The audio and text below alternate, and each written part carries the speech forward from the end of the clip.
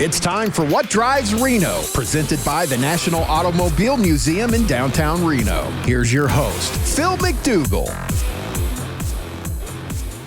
Hello, Reno. This is Phil MacDougall, and you are on What Drives Reno. I need you to get up, wake up, get some breakfast, get dressed, and join us for an exciting show. We have a great lineup for you today. Here we go. What Drives Reno is about to kick off. Okay, welcome, Reno. Again, Phil MacDougall, National Automobile Museum President, here on What Drives Reno. Before we get into the show and our guests, I want to remind you all that we are right here located in downtown Reno. We have 240 automobile museums, and we were recently very, very honored to be acknowledged as one of the top 5 automobile museums in the entire United States.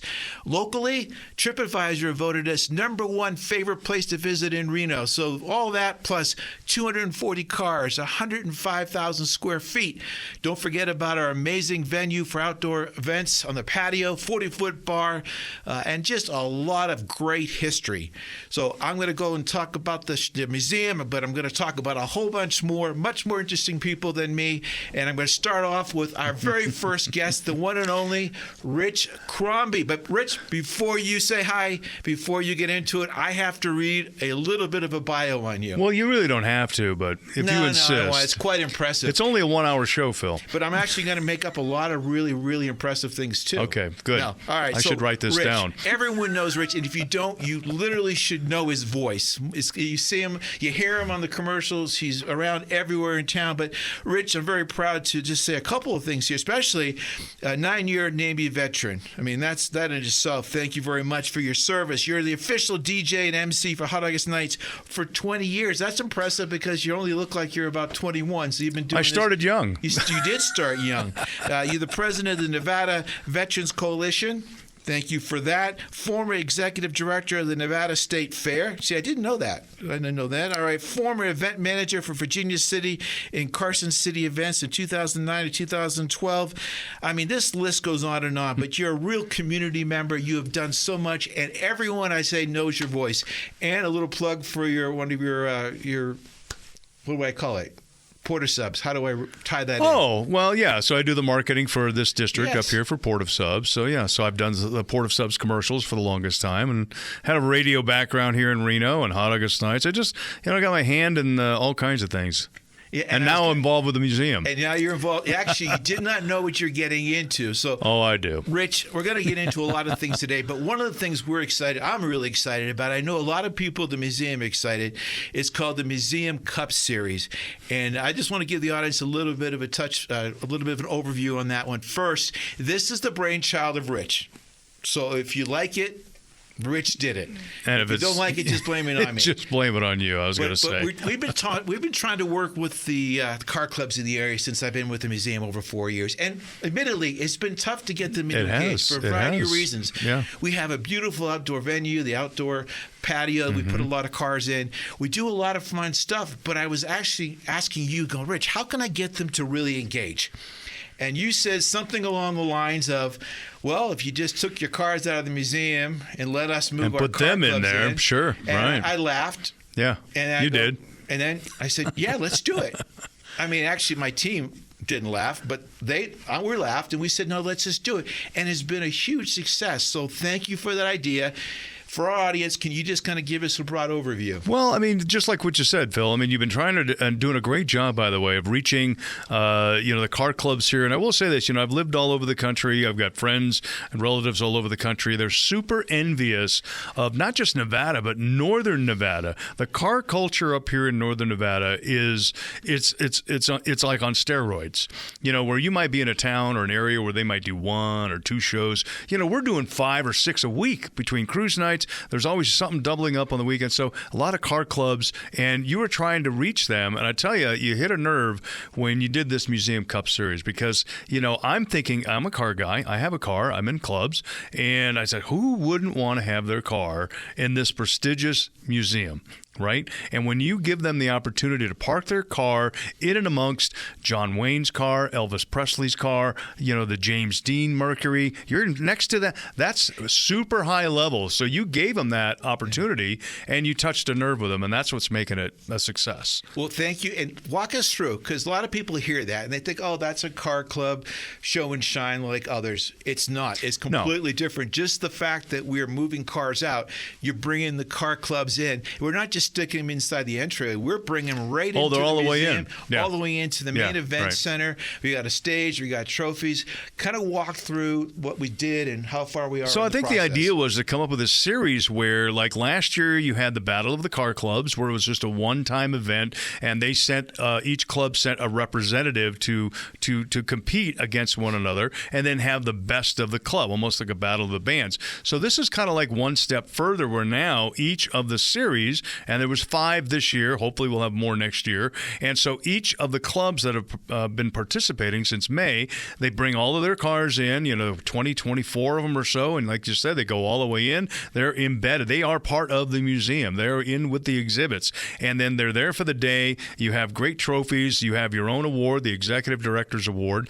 Now, that person who wins that award gets to come back and compete against the other clubs. In fact, it's October 5th is the finale, if you will. And so all 5 of the clubs represented, that winner will go against each other to win the ultimate, the Museum Cup, at the end of the year. So hopefully, I already know, by the way, I've had car clubs tapping me on the shoulder. We want to get in next year, not to mention the ones that have already done it. So it's already going to be bigger next year. But the idea of having the ability, because, of all you mentioned, you're in the top 5. I bet you the other 4 would not allow local car clubs to go in and move cars out and move their cars in for the day. But this is the thing that made the difference. In my tenure with the museum, getting them into the museum, feeling part of it, it really is. People forget the National Automobile Museum, it has a huge legacy with Bill Harrah. Yeah, I mean, he had 1,500 cars at one time. And when we took over, or when he passed away, we got 175 of them. Now we have 240. But you just mentioned some of them. The John Wayne's car, James Dean's Mercury, which always leads the Hot August Nights Parade. Right. We even got Herbie Elvis's car. We have a lot of great automobiles. From the very first car up until, Elvis's Cadillac. And, of course. In addition to that, Formula One cars, Paul Newman's car was in there, sure. But the day of the event, we had three different trophies we give out, right? The executive, People's Choice. And then we had the event series for Hot August Nights, so it was a qualifying event for the event series for Hot August Nights. But when you're able to get these cars in there, something else that really makes it special, and this is where our hats off to you and your staff, because you make them feel like these are exhibits worthy of being here. You treat them nice. You gave them a nice placard with their name and the logo of their club, their car, and it sits. And by the way, people love those. They keep them. They're a keepsake. My car was in the museum. Look, he's got the museum logo. I mean, it's legit, right? Yeah. The way you treat them, the way your staff treats them, they feel like they're royalty for that day, and they look forward to it. And they talk about it. The next group that's coming up is the Ford Club, the Ford Mustang Club. Yep. Mustang Club will be in there on August 7th. And they're looking forward to it. They'll have a couple of dozen cars parked in there. They're all on a Sunday as well. They're all on a Sunday, because that's a good, convenient, easier day. But you still got a lot of foot traffic in there. I mean, when we had our club in there, I think you had 2 tour buses that pulled in just unannounced, and they came through. And because that's what I hear. I hear when car clubs come in, they want to showcase the cars. They don't want to just sit there, and they love it. The camaraderie is a big part of it, because I love when I walk in there and all the lawn chairs are set up and everyone's having a good time. But we actively promote it. So from people from out of town coming in, the locals come into town, we have a huge turnout. So everyone that's in the museum, you mentioned the People's Choice. It truly is the People's Choice. It is, yeah. We put QR codes everywhere. They all vote. And we encourage everyone that comes into the museum to go look and be. So it's a really, it's We had very 161 votes, People's Choice votes for the last week when we had the Fernley Classic Cruisers in there. And, so a lot of these cars, in their own right, there's some incredibly beautiful cars up here in northern Nevada. And, of course, we're in the week where you're going to see thousands of them all over the streets of Reno.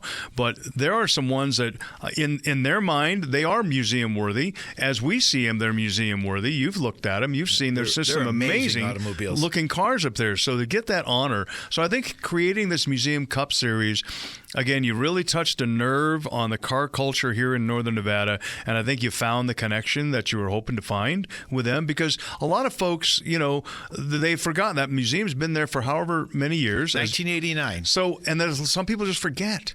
And unfortunately, I say this, I'm going to say it almost every show. Unfortunately, I ask people, when's the last time you've been to the museum? You know what they say?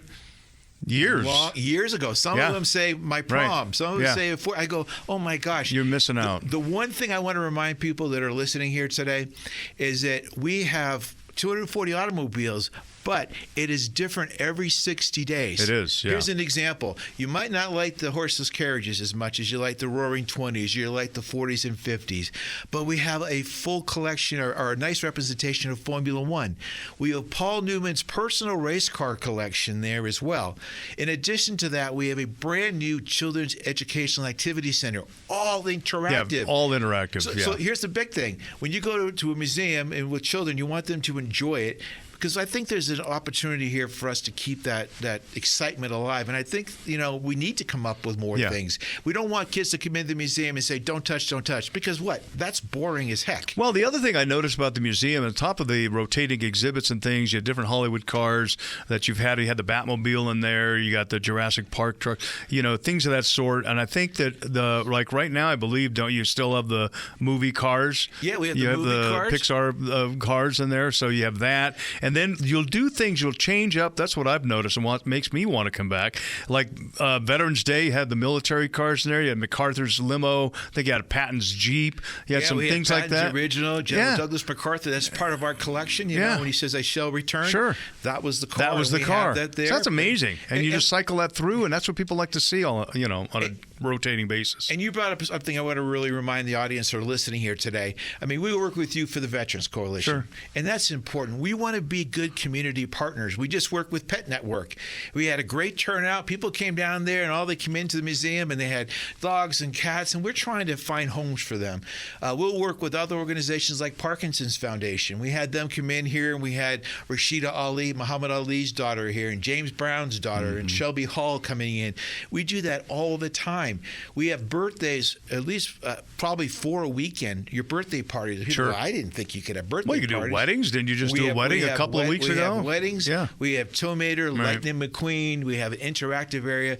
But getting back to the interactive area for kids, we don't want people to come in and say, I can't experience this and share my excitement about cars if they're told not to touch. Yeah. They go into this 3,000 square foot activity. They design cars. They build cars. They race cars Super cool. with their body. We do all kinds of cool things. So I want to remind the listeners that it would not only change every 60 to 90 days. Even the Fast and Furious cars. Everyone knows that franchise. Yeah. We had the original cars from the movie here for 3 months. I'm working on a couple of really big ones this fall. And then we have a motorcycle exhibit coming in. Oh, that's awesome. So sorry to get Sure. off on a tangent, but people are saying, I had no idea. I'm going, right in your backyard. We should be taking advantage of this that's why when you're resource. doing the Museum Cup series again, bring this full circle back, is that you've reached the car community here, which is huge. It's one of the biggest in the country as far as a concentration of car enthusiasts of different kinds. There's classic car people, there's hot rodders, there's truck people, 4x4. It's a big community of 4x4s out there, and even the modern, the newer cars, some of the Japanese makes and stuff. You see those guys. I mean, you go to a Cars and Coffee event, there's 300-400 of those guys out there.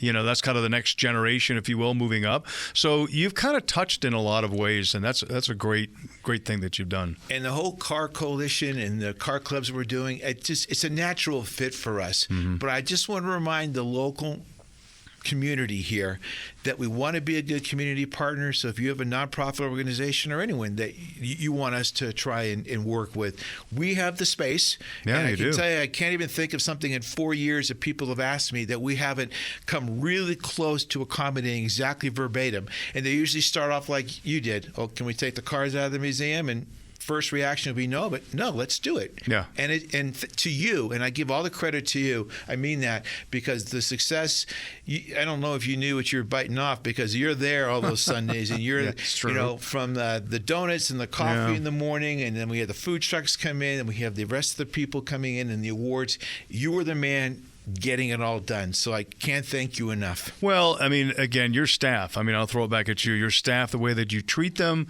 they love that. They feel like we are, you go someplace at a museum, any kind of museum, and you see an exhibit or an artifact on loan from, and that person feels like, wow, I'm royalty here. They wouldn't have this exhibit if it weren't for me. And so you are offering that 24 members in there with their vehicles in there on loan. Yeah, it is on loan because it's mine, but I'm going to let it be here. So almost like who's doing who a favor.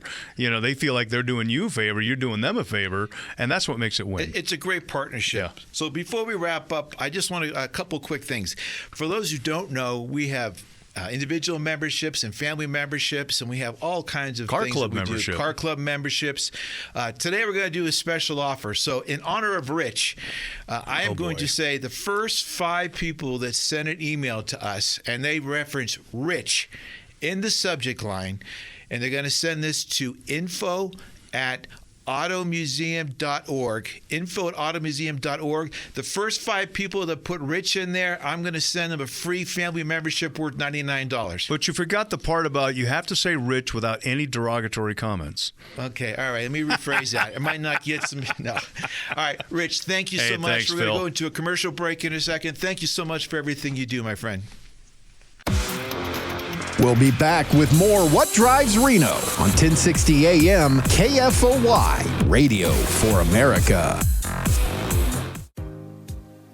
Looking for a venue for your next event? The National Automobile Museum can host any event in a variety of venues to choose from. Have an awards ceremony in the 157-seat theater or select one of several themed galleries for a business luncheon or banquet. Guests will love the 16,000-square-foot Riverside Pavilion, complete with outdoor bar, heaters, and fire pits. Everything you need, including chairs, linens, staging, and AV equipment, are also available. Go to automuseum.org for details.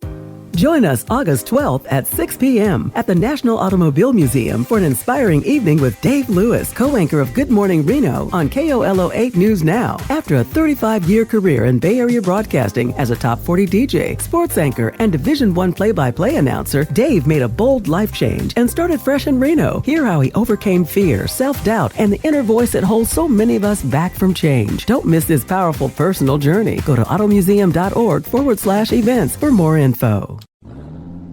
What's hot for Hot August nights? Check out Mag Auctions with nearly 500 vehicles, the swap meet at the J Resort, pristine classics at the new Builders Showdown inside Big Boy's Toy Store, or the Super Cruise in downtown Reno. The new main event venue is at the University of Nevada, plus all the show and shines, cruises, drag races, and free nightly entertainment. The grand finale event takes place Sunday, August 10th at the Reno Sparks Convention Center for awards and crowning of the 2025 Grand Champion. Go to hotaugustnights.net for details. What Drives Reno is more than cars. It's about the people moving our city forward. Join Phil MacDougall at the National Automobile Museum as he dives into the engines, ideas, and innovators powering our region with celebrity guests Saturdays at 11 a.m. on 1060 a.m. KFOY. We're back with more What Drives Reno, presented by the National Automobile Museum in downtown Reno. And now here's your host, Phil MacDougall. Welcome back. This is Phil MacDougall, your host of What Drives Reno, and our next guest is Bruce Ballard. Bruce, welcome to the show. Oh, thank you. Thank you, Phil. Bruce, I'm going to give you a little bit of intro because I think most people that just saw the video that we posted on Facebook of your dancing skills and the rest of the volunteers at the Automobile Museum, you probably have a following by now. I do. I have a fan club. Very, very big fan club. So if you haven't gone on our Facebook page, the National Automobile Museum, we did a parody of Justin Timberlake's Got This Feeling or something like that. Something one of the like songs. that. And it was some amazing dance solos by a lot of our volunteers. We just tried to show them that you can have a lot of fun at the Automobile Museum. But Bruce, the reason you're here today is because you are not only one of our most visible volunteers, you're also one of our docents. You can explain that during our conversation. Okay. But we're going to talk a little bit about the famous Gerari owned by who? Bill Hare. Mr. Hare. So Bruce, I had the pleasure earlier this year to be called by Jay Leno's Garage, and they asked me to come down and talk about the famous Girardi. Now, I got to admit, I was nervous because it was such a special car, and it has a cult following as well. Give us a little bit of a background on the Girardi, if you don't mind. Okay. Most people, when we talk about the Girardi, they think about the 1977 Girardi, but there was an earlier one. There was a 1969 Girardi. And that was what? Ugly. That was an ugly car. They took the front end of a Ferrari 365, and they pretty much welded it on the back end of a Jeep Wagoneer. It was very ugly. And it was funny because even Mr. Harris thought it was ugly. And it was very noticeable. One of the things he wanted to have, he didn't want to be noticed. And when you're driving down in Reno and you see that car, everyone knew it was him. It was having the opposite effect. They knew it was him. And he went ahead and did what? He converted it to, or he made a transition into the second one? Well, yeah, the second one. He had a good fortune of actually having one of his employees wreck a new Ferrari 365, and he took advantage of that new engine. And he mated that engine into a stock 1977 Jeep Wagoneer. So never waste something. He had a 365 engine. Like you said, one of his guys who was coming over the hill got in an accident. He says, can't let it go to waste. He came back. And I heard a rumor. Now, again, there's a lot of different versions of this, but I've narrowed it down to I'm pretty close. So when he came back and he realized what he had to work with, he came back and he had a full restoration shop. I mean, this thing was, it's like something you see in Detroit, one of the big manufacturers. Right, they were all sitting there taking care of it. But he came in and said, I want you to take this engine and make it fit into this wagon. Right. And the wagon originally came with a 130 horsepower 360 V8 engine, and now he's putting in a 365 horsepower V12 Ferrari engine. Yeah, and that right now, it couldn't just fit in there. I mean, what did he had to do? Extend it by 7 to 10 inches or something like that? 2.5 inches in okay. the front end. See, every time the story gets told, I add a couple inches to it. But they also had to split the radiator, so it actually has a radiator for the right side and a radiator for the left side because they couldn't have enough length on the front end. Now, there's a lot of stories about this car. It's famous because when Mr. Harris got on the road, rumor was, whether it was the green ugly one or the wagon, which is the orange one with the paneling on the side, everyone knew who he was. And he got to go up to Vegas, a little behind-the-scenes story, not to Vegas, up to Tahoe. And he was really famous because he had the Harris casinos, and what he was famous for was taking care of his stars. He wanted to make sure they were treated like gold, and he did everything he could to take care of it. The biggest thing, though, is he wanted to get up there fast. He had a lead foot. So he'd go up, I've heard things, 130 miles an hour. Right. Back in 1977, there was no speed limit in rural Nevada. You could go as fast as your car would go. And this car was clocked doing 140 miles an hour out in the Washoe Valley. Yeah. All right. So get out of your way. And he actually had one of those radar detectors, one of the very, very early ones radar right there. Detector, yes. What else did he have modified to it? Do you remember? Well, he had windshield wipers, actually headlight wipers to wipe the snow off of his headlights. He had a ice detector in it, so he knew when he was getting into slippery conditions. It was pretty much customized. The most important thing about this, though, is they were able to use the entire Jeep Quadra-Track four-wheel drive system. I mean, what a feat of engineering to mate that Ferrari 365 engine to a standard Jeep Quadra-Track running gear. And I don't know, this is one of those things, again, that the story probably gets told a few times and kind of gets exaggerated, but I had heard when it came in with the engine, he came to his shop and said, literally, you have 2 weeks. Yes. Make it happen. Yes. And when Mr. Harris said you got 2 weeks, you had 2 weeks you had to 14 make it happen. days. You had 14 days. So I'm going to go back a little bit with you. And again, I was honored to be asked to go down there, or the museum was honored, and I just kind of went around for the ride, and we took the Girardi down there to Jay Leno's garage. And that was amazing. So I'll give you a couple of little tidbits here. I was nervous as heck, because the tires were like the original tires, like 60-some years old. Right. And I knew from my experience, because we had Frank Sinatra's Gia on the show, and then I just knew that he was going to push it. The one thing is when I had the Gia down there, I had told him, Jay Leno, I said, hey, the brakes aren't so good, so if nothing else, just go around the corner and come back. And he was doing something with Ray Liotta, the actor at the time, and it was kind of a cool thing. Well, I remember sitting there, and literally 45 minutes later, I'm turning blue with fear that I learned afterwards. He took the Gia up into Mulholland Drive, and the brakes were terrible. So my worst thing was, I'm going to go down in history as the guy that took out Jay Leno. Since that time, he's had some close calls, but I was afraid I was going to be the one that did it. But we took the Girardi down there, and I remember this really clearly. I mean, one of the nicest men. I talked about him last week on the show, but when I was there, very nervous, and I had all these little notes on my hand and ink, and I was going to, in case he asked me some really specific details. And he didn't. He knew everything about it. And he personally knew Mr. Harris. So he got into these stories. But the thing that I remember the most is we're driving down the road. And I said, okay, now this thing hasn't been up to, 100 and some miles an hour. And he goes, well, it is today. And when you see the show, there's no acting involved. I am scared to death. I literally at one point had that nervous look. I mean, I'm looking out the window, and I got the seat strap, and he's going up to 130. Now, it slipped out of gear a couple of times, and I'm going, oh, can I say damn? Oh, darn.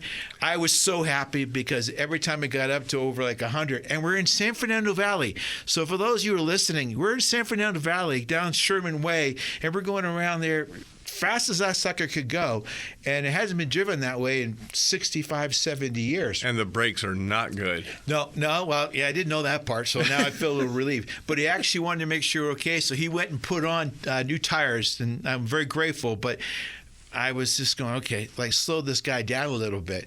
But it was amazing because he knew everything about Mr. Hara. And one of the stories that I'd heard, I'll just pass this on real quickly, is that Mr. Hara liked to get places fast, as I mentioned. Mr. Hara wanted to go up there to Tahoe, and someone was trying to sell him a helicopter. You know this story, right? Yes, I do.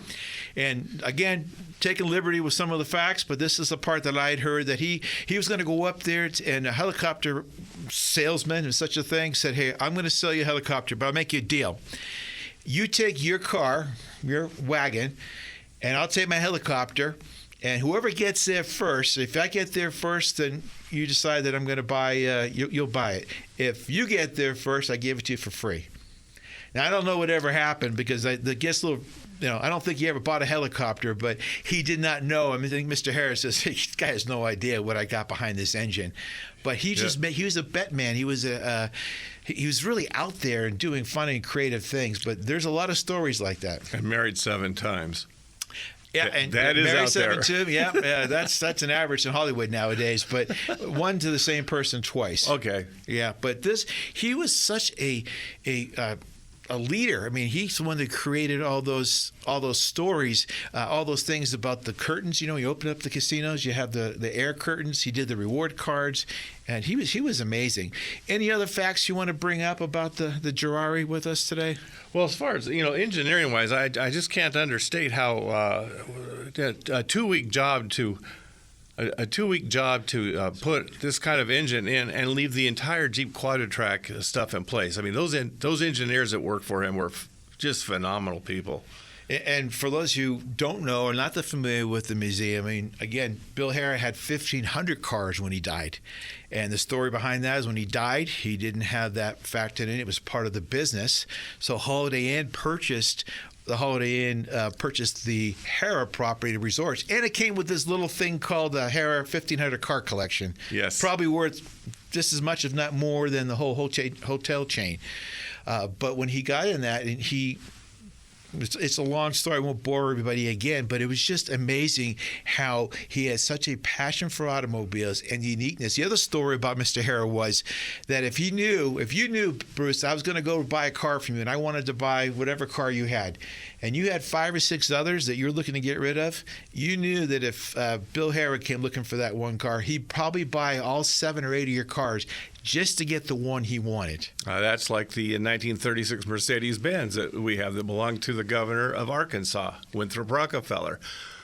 Rockefeller died, and Bill Hare bought his entire collection to get that one Mercedes-Benz. Yeah, boy, I wish I had some stuff back then. I would have absolutely sold him half of, well, not much, but I would have sold him when I could. It's nice to know that someone has that kind of money that can make that kind of investment. And if you only want one, but I'll take 7 or 8.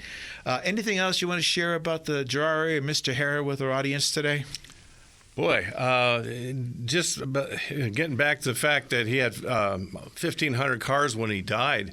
The American car companies, there were 3,600 American car companies between 1900 and 1940. That many? 3,600. Bill Hare had 1,500 cars, okay?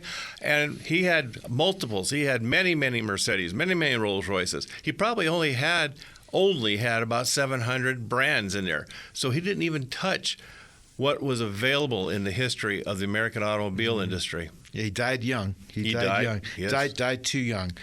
Well, Bruce, I want to thank you very much for being on the show with me today and remind everybody that the Ferrari we're talking about is at the museum on One Museum Drive, right in the middle of downtown Reno. Yes. And if you're interested in not only talking more about the museum, what we have to offer, I'd like to have you come back on the show, because I think we do a whole program on the docent program. We didn't even touch that, but that's a valuable program at the museum, and we're always looking for people to be part of it. We're going to take a break here for a commercial. We'll be right back. We'll be back with more What Drives Reno on 1060 AM KFOY, Radio for America. What Drives Reno is more than cars. It's about the people moving our city forward. Join Phil MacDougall at the National Automobile Museum as he dives into the engines, ideas, and innovators powering our region with celebrity guests Saturdays at 11 a.m. on 1060 AM KFOY. Join us August 12th at 6 p.m. at the National Automobile Museum for an inspiring evening with Dave Lewis, co-anchor of Good Morning Reno on KOLO 8 News Now. After a 35-year career in Bay Area broadcasting as a top 40 DJ, sports anchor, and Division I play-by-play announcer, Dave made a bold life change and started fresh in Reno. Hear how he overcame fear, self-doubt, and the inner voice that holds so many of us back from change. Don't miss this powerful personal journey. Go to automuseum.org/events for more info. Join us August 12th at 6 p.m. at the National Automobile Museum for an inspiring evening with Dave Lewis, co-anchor of Good Morning Reno on KOLO 8 News Now. After a 35-year career in Bay Area broadcasting as a top 40 DJ, sports anchor, and Division I play-by-play announcer, Dave made a bold life change and started fresh in Reno. Hear how he overcame fear, self-doubt, and the inner voice that holds so many of us back from change. Don't miss this powerful personal journey. Go to automuseum.org/events for more info. What's hot for hot August nights? Check out Mag Auctions with nearly 500 vehicles, the swap meet at the J Resort, pristine classics at the new Builder Showdown inside Big Boy's Toy Store, or the Super Cruise in downtown Reno. The new main event venue is at the University of Nevada, plus all the show and shines, cruises, drag races, and free nightly entertainment. The grand finale event takes place Sunday, August 10th at the Reno Sparks Convention Center for awards and crowning of the 2025 Grand Champion. Go to hotaugustnights.net for details. We're back with more What Drives Reno, presented by the National Automobile Museum in downtown Reno. And now here's your host, Phil MacDougall. Hello, everybody. This is Phil MacDougall, and you're back with What Drives Reno. Earlier in the show, we were blessed to have Rich Crombie. He talked about the Museum Cup, and then our second guest today was Bruce Ballard. He's not only a docent, but he's also a really important volunteer at the museum, and he talked to us about the famous Ferrari and our experiences that we had down there, the Jay Leno's Garage Show. And now, to wrap it all up, we have the one and only. We have Dave from First Choice here with us today. Dave, welcome to the show. Thank you. How are you doing? I'm doing good, but Dave, I told you this. We're going to talk about drag racing, but this is truly intervention. So if you need to sit down, we're going to go over things. No, I'm in. No, Dave, I appreciate it. It's been one of those weeks, you can tell, right? One of those months or years. I could get 3 squares and be comfortable. I'm fine with that. It's not that bad the other side. Could be worse. Now, Dave, I want to thank you so much. For those that are listening, we have an amazing array of volunteers that help us in the shop, help us keep the cars going. People ask us all the time, they say, 140 cars in there or 240 automobiles in there, and do they all run? I say yes, the same thing. They all run. moving, but they don't necessarily stop. That's right. And that's the truth. Because you have cars that are sitting there for a long period of time, and you take one in there. We've experienced this together. You take the gas tank out. You think that's it. You put it back in the carburetor or something else. Okay, now something else is going right down the lines. You never know, especially in the classics. Correct. So first choice, and Dave is our savior. He's our guy with our 911 call. We have a problem. They're one of our partners at the National Automobile Museum, and we have work to be done. We know we can trust them to do it. So thank you to the show, and thank you for your partnership with the museum.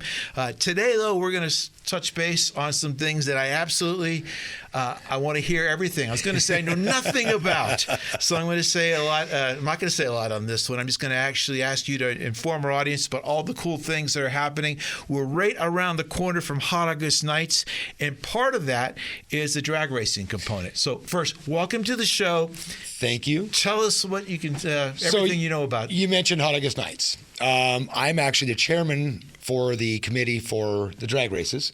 So they are over at the... What a coincidence that we're talking funny about how that works, huh? That worked out Who would have great.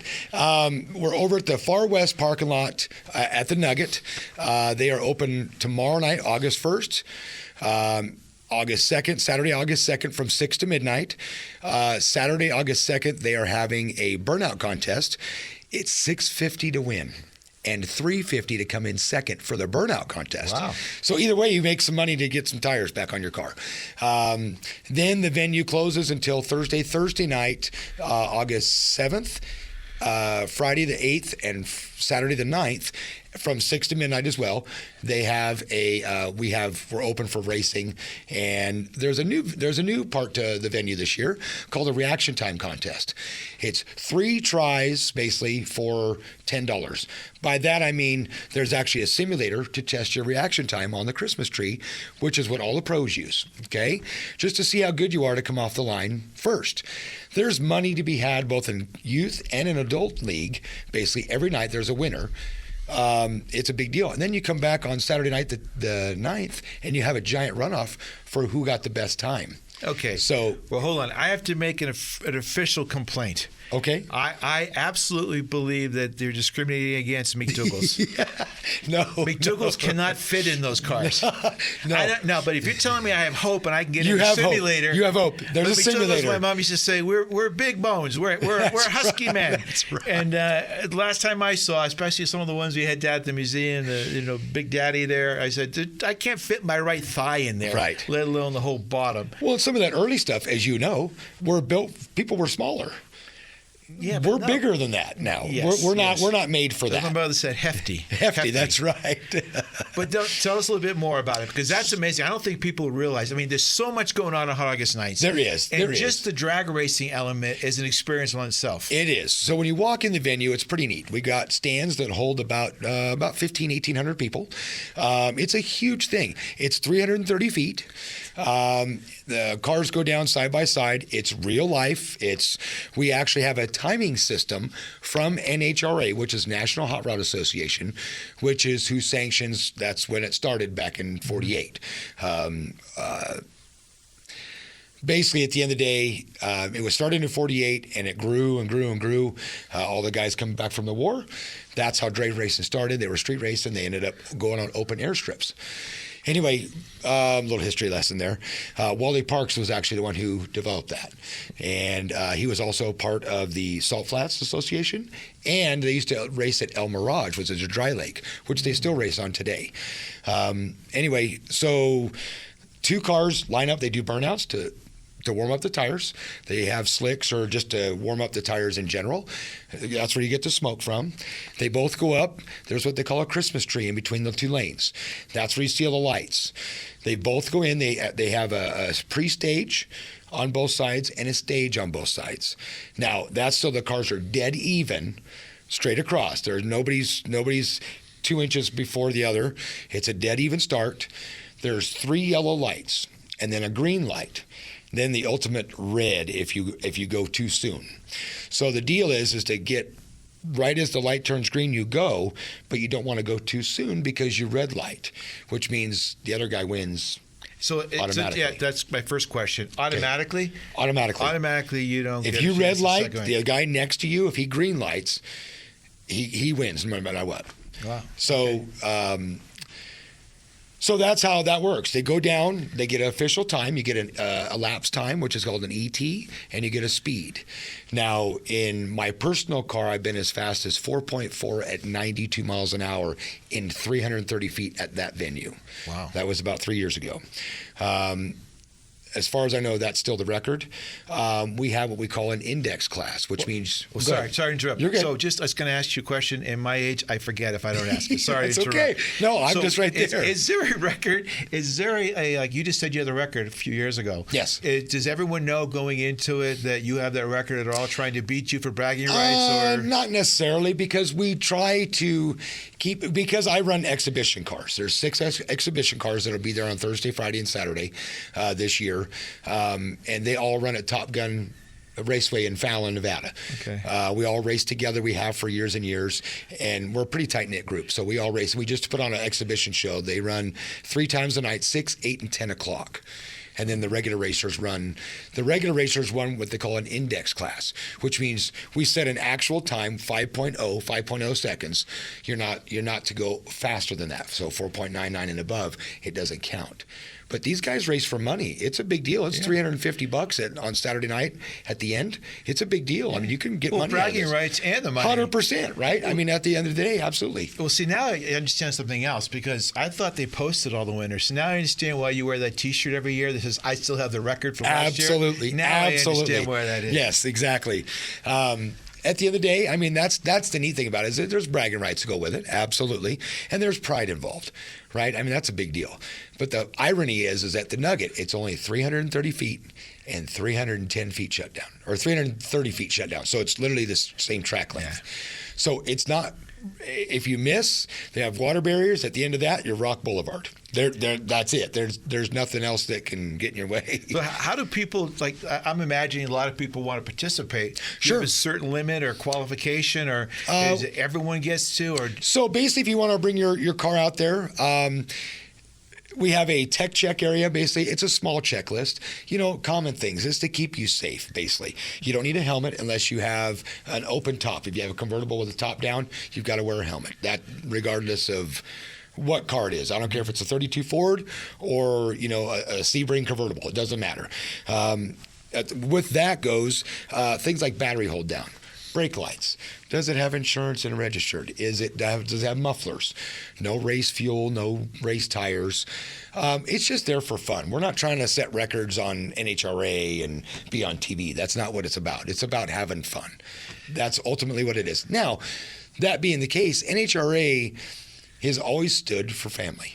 Family, it's always been in a family atmosphere, okay? I mean, it's huge. When you buy an NHRA ticket to go to Sonoma, which they were just here this last weekend, they're like $90, $95 a piece, depending on where you sit. But I need you to know that it's a pit pass involved with everything.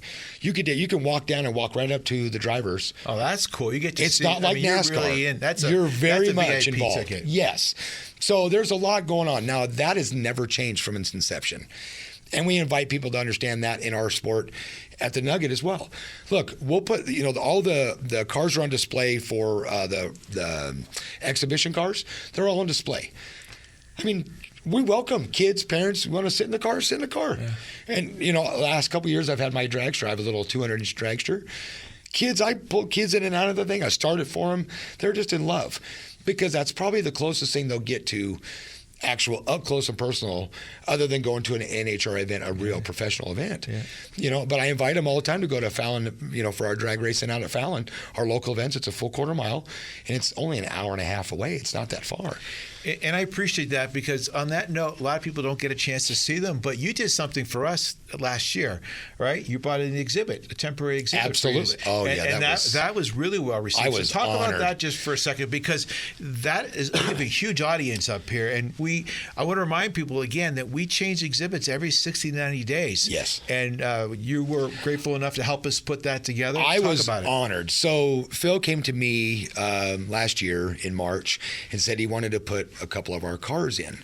Well, I informed him that at that time we had 3 generations of cars and drivers that were available. So we ended up putting we have 4 race cars between all the family members, and then we actually brought a sprint car in that I did an engine for that we sponsor, and that was pretty big deal. That was well received from what I understand. Oh, they loved it. They absolutely loved it. It was and neat. So much. I can't on this show, but I will tell you off the air, we have something really special coming to the museum, and it's going to be the first of the next year on a national basis tied to Hall of Fame type of thing. Okay. I'm excited now. I'm intrigued. Yeah. So stay tuned. Stay tuned, everybody. There's more. There's more coming. But wait, there's more. Yes. No, I love the sport of drag racing. I've been drag racing all my life. My dad got me into it. My grandfather raced. I mean, it's been a family thing. But, it was neat to see 3 generations of drivers who own vehicles still to this day in my family. That was an honor to stand back and kind of see it all displayed out. That was something I don't know that I was ready to see. I mean, it's just something you don't think about. It's an emotional connection. 100%. One of the things I talk about when people go, well, I'm not going to go to the museum because they feel it's a big warehouse. Well, it's far from that. We have a 30th Street, a 50th Street. It's kind of like the facades of a movie set. Marquee there. You're walking around. It's something completely different. The biggest thing people say when they walk in is wow, and they just didn't picture it like that. But one thing I was going to share with you, we had a changing exhibit. It was all the cars from Fast and Furious. Right, I remember seeing those. So we had all of them, and I begged them because one of my little dreams would have been, God, wouldn't that have been cool if I got him to let me have it for another week or so or another month and just pull up and say, Dave, run, and pull up in that one, and have all the Fast and Furious cars lined up and say, the National Automobile Museum would like to compete. How does this work out again?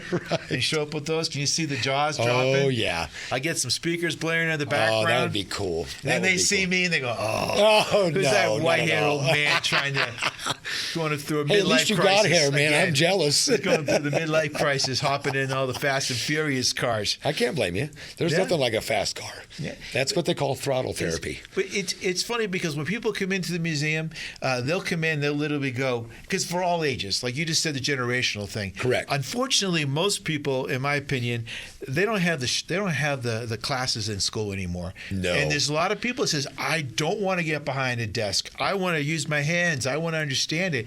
And that whole generation, I think, is a whole generation that doesn't understand. How to put air in the tires, for Pete's sake, or check the filters. They don't know that basic stuff. So part of the museum is to just engage people, because you walk in, and I love watching a family. You just talked about your generational thing. I'll watch them come in, and I had the pleasure of taking my father. He was 101 years old. He came in, he was 100 years old. And he walked in, he went to the first gallery, and he goes, oh, this is like my dad's car. I had that. And he got a little teary-eyed. Yeah. Then he went to the 20s. I walked him around. He goes, that's the car I saw my brother in before he went to the war and died, And then he gets in, he goes, well, that's the car, the first kind of car I had when I met your mother, and I was trying to get her to date me and impress her and that. They have different stories. Or the younger generation comes in and they go, oh my God, that's the Fast and Furious cars, and I can tie into that. Now, I date myself. I joked about this last time because, we're starting to show my age when I talk about TV shows that people have no idea. Or I'll say, Jack Benny's over there, and I go, what? Oh, Jack Benny. Even I had Grease Lightning, the car from Grease Lightning. Oh, yeah. And we're going to get the Batmobile back. Now, they know those. Right. But they'll go, I have no idea. And I'll go, oh, my God, I'm so old. What about the Monkey Mobile? No idea. What about Monkey Mobile? I'm trying to get the monkeys, the monsters, and what's that famous one right now? God, I'm blanking out. Dracula. Oh, the cars. Transformers. Oh, yeah. Yeah, we're going to get the Transformers in. Yep. So, again, sorry to deviate from the mission here, but I want to remind people that there's so much history, and you don't have to love cars. You love technology. You love stories. It's something for everybody. And it's a bonding way. Get them off the Xbox and let them come and learn, get their hands dirty. And maybe they might have just a natural, tie-in to that. So, speaking of that, I will tell you that my son starts high school this year as a freshman. My last son, he's son number 3, and he has an automotive program that has been revitalized at his high school. And he wants us to, one of us, or Tommy and myself, my other partner at the shop, wants us to go speak about a mom and pop shop to the class. And he's brought the military in. I mean, he's trying to do everything possible to get these kids a way to get their hands dirty, right? And make it a career, or even just be generally knowledgeable about it. I am so appalled about the fact of how many classes they've taken away. Welding, woodworking, and automotive classes. I mean, you have to go to career college in Northern Nevada, I believe, now, or off campus, off of Washoe County, to learn that. And I think it's a skilled trade is really falling away, and we don't have any help in society. Now, it sounds terrible, but I think we don't have a whole lot of help on the skilled trade side from everybody out, not everybody, let me rephrase that, from the society in general to put kids in skilled trades. And they do want to do that. And you know what really became apparent to me is during COVID, when children didn't have the opportunity to get in the classroom, and some people just need to touch and feel and see things. 100%. They can't just sit there. They need the teacher to sit down with them and talk about stuff. And in shop, if you take it away, some of the most basic things they just don't know how to do. I've seen some people that literally broke down, like they don't even know how to call AAA. Now, I know that sounds silly, but that's just the way it is. No, but you'd be surprised. That happens a lot more often. Someone asked me, the tire pressure's got like 15. Is that bad? Well, look at it. Might be a sign, might not be good. Just might not be. It's all tilted to the left. Well, it might be another sign. So here's one of my most famous stories is I had a customer come in, this has been probably 2-3 years ago, and drop off their car, said it had an engine noise. Wait, this isn't me you're talking about. No. Because odds are, but they know you, so that's close. Okay, all right. Fair enough. I got to take the fifth. So they came in and said, my engine's making noise. Can you come look at it? Sure, I'll go out there and look at it. There's no oil in the dipstick. No problem. I kind of figured as much. And I said, well, there's no oil. Their comment to me was it had oil in it when they bought it. Oh, Lord. I cannot make this up. I will not give away which generation it was. But at the end of the day, I was just truly shocked about how those simple things that I take for granted, fair enough, but at the end of the day, how many things are taken for granted that I think people should know, the basics. All 6 of my kids have gone through an automotive class through myself and through high school. Mm-hmm. That's a mandatory thing. You don't have a choice. Not because I'm just a car guy, but I want you to be understanding of how things work. I don't need you to call me every time you think you have a problem. Figure it out. And that's the other thing that is really frustrating as a skilled tradesman is there's no thought process of common sense. What do you mean? Can't you just give them a hug and tell them they're doing a good job? You could tell make it all better? Precipitate, or what do you call it? Persistence. I can't even say it. See, it's not just me. Participation award. That's for everybody. Everybody gets a ribbon, right? At the end of the day. So at the end of the day, that's truly how I see it going.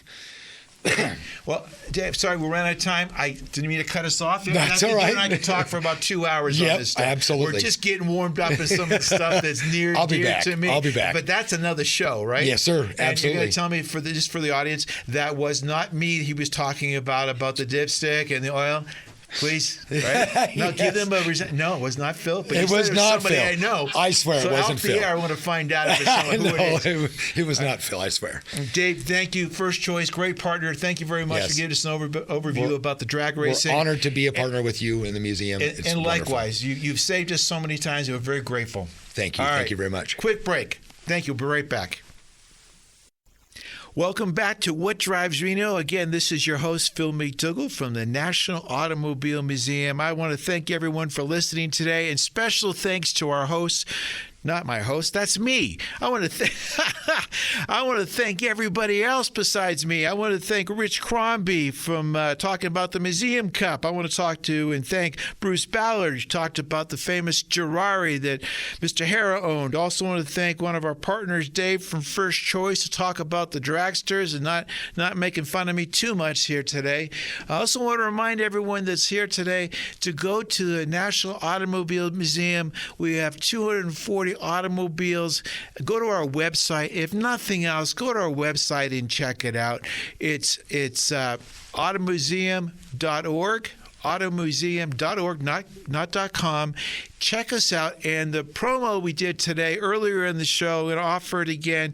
If you send us an email to info@automuseum.org and you put the name Rich in there, the first 5 people to send me an email, I'm going to give them a family membership for 5 people to come back and visit us, and that's good for a full year. So thank you very much. See you next week on What Drives Reno.